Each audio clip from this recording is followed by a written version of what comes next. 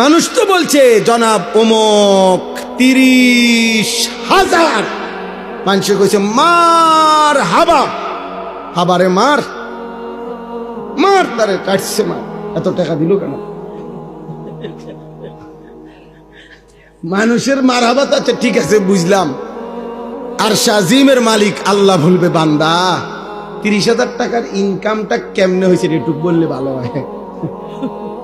সিটারি কয় টাকা, বাটফারি কত, সুদে কত, কিস্তির কত, ওজনে কম দেয় না টিহা কত, আমি দেখছি বান্দা কামবে না। এ মার হাবা লইয়া বাদ যাও গা, ঘুমাইলাম।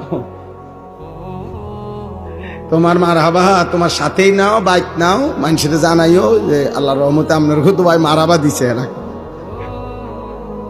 কিন্তু আমি নিলাম না, কারণ হারাম হলে আল্লাহ কি নেকি দিবেন। এজন্য বললাম মুমিন সর্বদাই ভয়ে থাকবে আমার আল্লাহ গ্রহণ করিলেন কিনা।